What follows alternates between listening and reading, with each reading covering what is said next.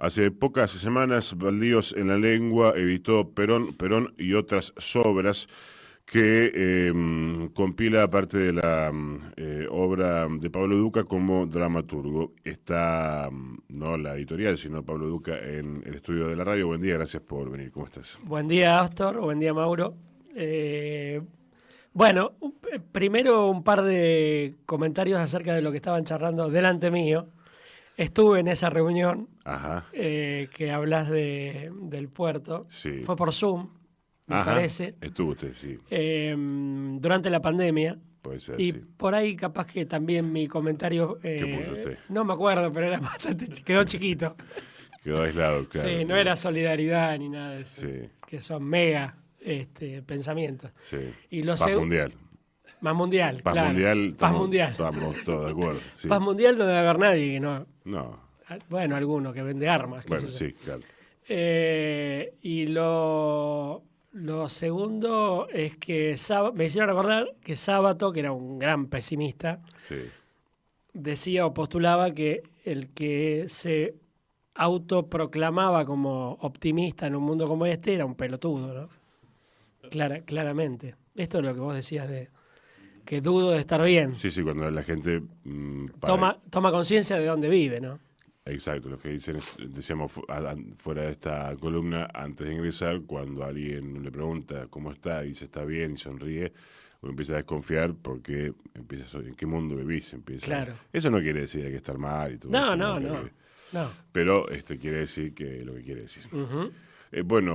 Pablo Duca es actor, es dramaturgo, es... ¿qué es Pablo Duca? Todo eso y nada a la vez. Me parece que después de haber hecho en mi historia como médico una super especialización Uh-huh. y con este pensamiento de que hay que saber mucho de muy poco, Sí. que el mundo productivo nos lleva a eso, ¿no? Yo terminé yendo para el otro lado, ¿no? Y es parte de una foto de mi historia. Y ahora estoy haciendo muchas cosas que probablemente tengan la mediocridad de aquel que ejerce muchas acciones y ninguna con el poderío del 100% de su voluntad, sino una parte, qué sé yo. Y eso me hace un actor mediocre, un poeta mediocre, un dramaturgo mediocre, un médico mediocre, bueno, todo eso. En cualquier caso sería mejor que ser un medio poeta que un medio dramaturgo. Le faltaría el 50% Claro. de algo. Claro. Bueno, eso... Pero me parece que, por otro lado, yo me he ido preguntando en la vida si... Nada, ¿qué tiene uno para decir en algún punto? Y me parece que hay distintas herramientas para hacerlo, ¿no? La dramaturgia es una, la poesía es otra, la narrativa es otra, la actuación es otra. Claramente no está en la medicina la ruptura del establishment o este pensamiento del que hablaban al principio de estoy bien, estoy mal, bueno, no está ahí. Uh-huh. Vamos a mostrar, ya que ahora tenemos imagen, el libro de Pablo, no sé si estará bien o mal de distancia, pero acá lo pueden ver. ¿Cómo se consigue el libro? ¿Se contactan con la editorial? Sí. Y ahí también hay un intento de ruptura. Las librerías también están pasando por un momento muy de crisis. Sí, algunas. Algunas que no son mega librerías, o la mayoría. Sí. Y por otro lado, los y las escritoras también estamos en un momento donde, bueno, ¿dónde vendes tu material? Uh-huh. Y una manera que encontramos con la editorial es, después de hacer una función de Cama 5, que es una de las obras que están entre las 5 obras que están en Perón y otras obras, es tener el libro a disposición para quien quiera, se haya encantado, le haya gustado el texto de Cama 5, investigue un poco. Y por otro lado también es un desafío de ofrecer dramaturgia o ofrecer texto teatral Sí. para aquel que no está habituado o aquella que no está habituada a leer texto teatral, ¿no? Habitualmente el texto teatral es difundido entre el ambiente teatral para aquel que está buscando alguna obra para hacer o para dirigir. Y yo creo que también es una forma de narrativa, y no sé cuál fue tu experiencia al leerlo, pero más allá de que sea bueno el texto o no, invita a una imaginación distinta, porque básicamente tiene que ver con diálogos de personajes, y eso te lleva a una narrativa distinta, a un cuento o a una novela, digamos. Y mi intención o mi imaginación me lleva a que cualquiera va a leer estos textos como va a leer una historia, ¿no? Ujú. Estaba pensando en el tema de edición, de dramaturgia, que, bueno, entiendo que, salvo para bueno, en general en el ámbito del teatro hay muchas fotocopias, no es que Sí. vamos a decir aquí que los actores y las No. actrices, en general, fotocopian las cosas, no es que van a andar comprando. No, pero, salvo algunos más consagrados, que tampoco venden tanto, dicho por digo, Mauricio Cartoon, como uno de los más, hoy en boga, felizmente, digamos, Sí, pero en claro. boga, no se edita tanto, así que te pregunto cómo has editado, como decías, narrativa, poesía, eh, si tuviste la duda, recién dijiste, Cama 5 estuvo girando, anduvo por Chile, anduvo por Buenos Sí. Aires, por otros lugares, y es una forma también de acercar la narrativa, pero la narrativa no, perdón, la narrativa en el sentido del Sí. texto de la obra. Pero te pusiste a pensar o te dijeron, che, edito, no edito, alguien lo va a leer, alguien no lo va a leer, en el sentido de que, bueno, no es un cuento. Sí. Primero Baldíos en la lengua quería sacar Ujú. meterse en el mundo de la dramaturgia y sacar Ajá. libros de teatro. Entonces, yo ya había publicado con ellos Ujú. y yo tenía intenciones de sacar un libro de dramaturgia. Sí, Eh, Cada vez me siento más dentro del ambiente teatral y menos del ambiente de la poesía, entonces ajá, era una manera de resignificar eso en mí, sí, sacando un libro de teatro. Y yo creo que en realidad me pasé de un micromundo que sí, poco vende en la literatura como la poesía a uno que vende menos todavía que la dramaturgia. bien, O sea que voy a tener que seguir trabajando vas en caída de lo libre. que hago. Pero bueno, yo creo que en mi interior era una manera de instalarme más en el mundo del teatro, ¿no? Que es donde Sí, me sí. siento, creo, cada vez más parte. Ujú. Claro, y hay que editar, porque si no damos ese paso, si no Sí, se edita, bueno, en esta idea nadie lo hace, bueno, ¿cómo va a circular incluso obra propia? Vamos a contar a la audiencia que estamos hablando con Pablo Duca del libro Perón y otras sobras, colección Tramoya de Baldíos en la Lengua. Tiene un prólogo de Andrés Binetti y tiene 5 obras de teatro. Perón, Kiev, otra forma de ver el amor, La Salomónica Muerte de Adán, Cama 5, unipersonal en un acto, y Azul un ala. Eh, bueno, de Cama 5 hemos hablado porque te hemos entrevistado cuando se estaba por hacer en el municipal, modificada, porque se había hecho online en su momento. Creo que sí. veniste al piso también. Me decías que hay 2 obras que fueron puestas en escena, ¿no? De estas. Cama 5 Ujú. y Víctor Mancilla hizo una versión de La Salomónica Muerte de Adán, y el resto está, bueno, esperando que alguien... Perón, Kiev y Azulunala. Sí, Son las que no se hicieron. Bueno, ahí vamos a hablar un poco ahora de tu forma de trabajo con la dramaturgia precisamente. Yo leí las tres primeras que mencionábamos y pensaba en preguntarte respecto de dos o tres cosas. En principio, ¿cómo imaginás?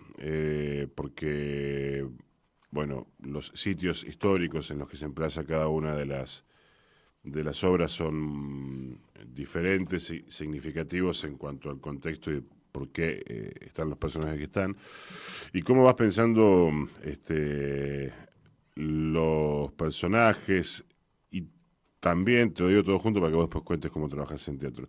Y también el tema de las didascalias, las aclaraciones, los textos que tienen un carácter narrativo que condicionarían de alguna manera también la mirada de un potencial director. Ujú.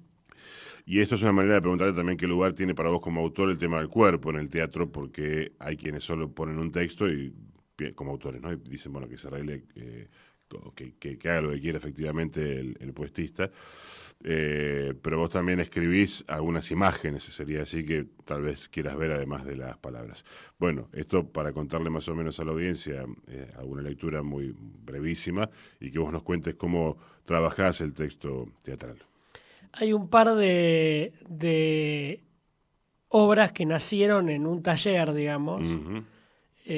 Perón, Perón es una que hice al inicio, gatilló un taller, en un taller de Mariela Asensio, y la Salomónica Muerte de Adán hice un taller de Argentores que lo dirigió Andrés Vinetti, Ujú. y bueno, un poco te conté el trasfondo de lo que me movía en su momento la Salomónica Muerte de Adán, que era, bueno, quiero escribir sobre qué le pasa al resto con la toma de decisión de libertad de uno, qué le pasa al resto cuando uno toma la conducción de sí mismo, digamos, Ujú.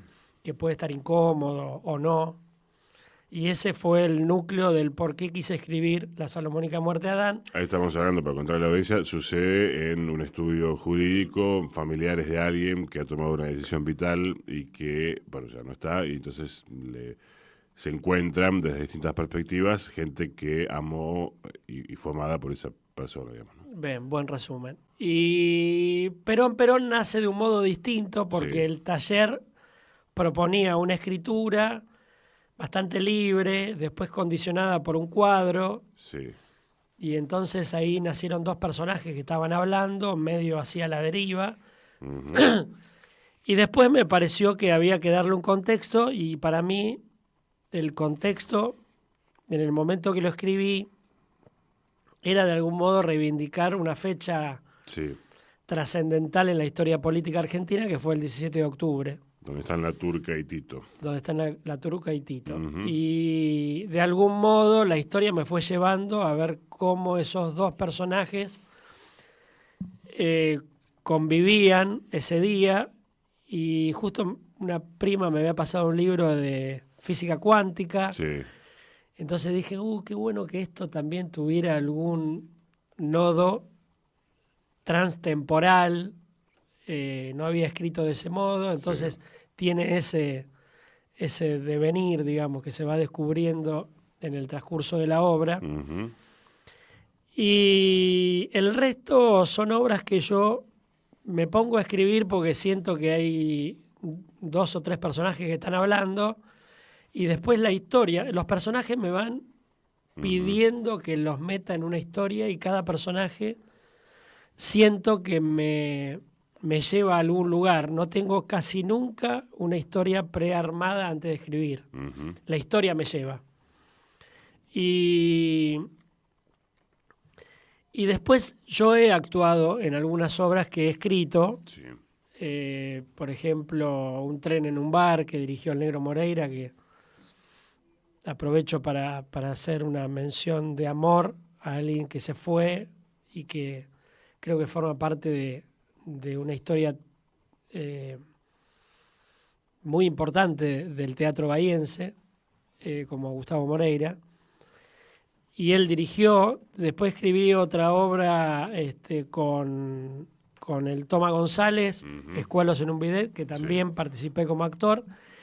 En todas esas historias yo me ubico nada más que como actor, y ya el texto lo tomó el director, y ahí me entrego al juego, a lo lúdico.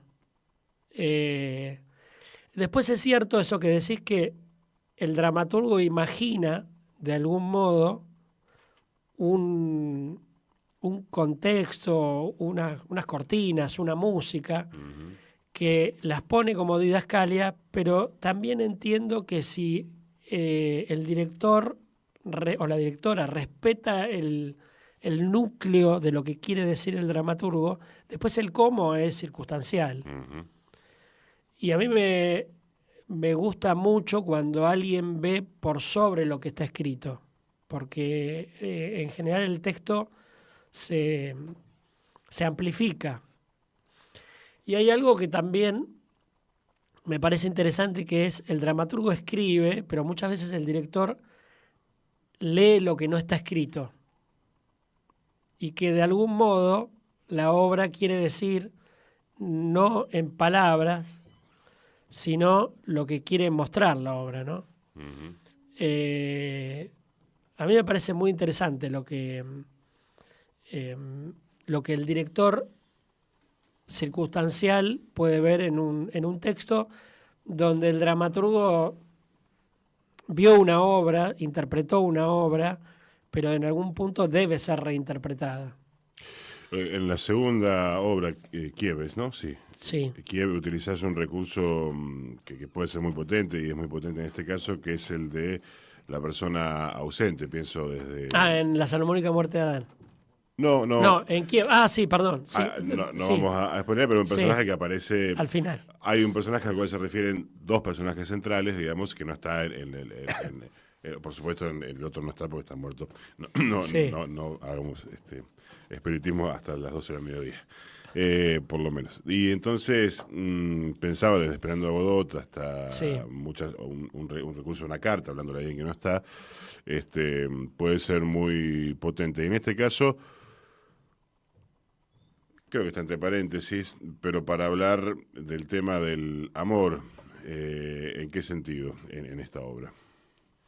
Sí. ¿En qué sentido? Esta obra nace en un ensayo, no me acuerdo si de un tren en un bar, y el Negro Moreira, previo al ensayo, dice: me gustaría que alguien escriba una obra sobre dos personas que opinan sobre otra persona que la conocieron muy cercanamente en distintos momentos de su vida, y que probablemente sientan que conocieron a una persona que no es la misma.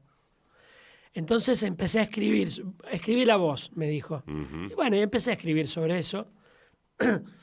Después la reformulé, la reescribí, eran dos varones.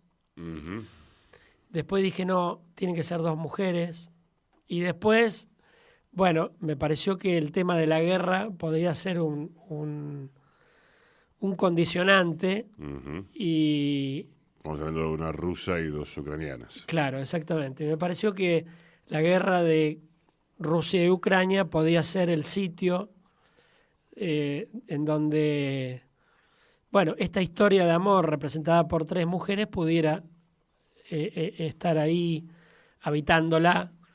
Sí, el recurso del personaje que no está siempre es un recurso, mencionaste algunas, siempre es un recurso teatral potente, ¿no? Potente, que le da cierta incertidumbre a lo que va a suceder y que puede suceder o no, que para el espectador... Alguien que no está, ¿quién es? ¿De qué claro, se trata? Y que tanto lo que postula el personaje en escena como la misma imaginación del espectador están generando algo que por ahí va de la mano o no, y eso tiene una potencia, ¿no?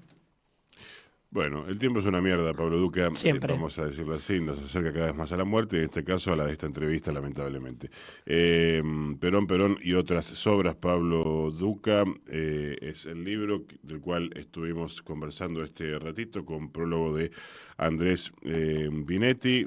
Te pueden en las redes sociales Sí, claro. de la editorial y de la tuya buscarlo, y te pregunto corto, por favor, ¿qué estás haciendo ahora, para cerrar? Bueno, estoy casi abocado a Cama 5, que Ujú. es un unipersonal que no sé cuántas obras de teatro en su historia se han reformulado a tal punto de que durante la pandemia yo hice Cama 5 por streaming, que era un médico en una guardia, en un hospital, en un pueblo, en el sur de Santa Fe. Eso no está disponible, ¿no? Eso está en YouTube. Ah, está en YouTube, está Sí, subido, sí. está en YouTube. Y el, la necesidad de hacerla presencial hizo que con Fernando Santiago, mi director, buscáramos otro costado, y Cama 5, que era un paciente de los que atendía a este médico, se transformó en que Cama 5 ahora es él. Entonces creo que también es un pretexto para hablar del DNU de Milei, que entre otras cosas retrotrae todo lo trabajado en salud mental a la institucionalización del loco, ¿no? Ujú. Nuevamente. Entonces me parecía un pretexto para hablar de la locura, la cordura y la vida y la muerte en alguien que está encerrado, pero no sabemos si debiera estar encerrado. Entonces, Cama 5 me tiene muy entretenido. Ahora tengo una cirugía próxima, me vine de Chile con una hernia inguinal bilateral, cosa de viejo. Así que me opero la semana que viene y después ya en septiembre vuelvo otra vez a las tablas. Gracias por venir. No, gracias a ustedes por el espacio. Pablo Duca, en eso estamos. El libro se llama Perón, Perón y otras sobras.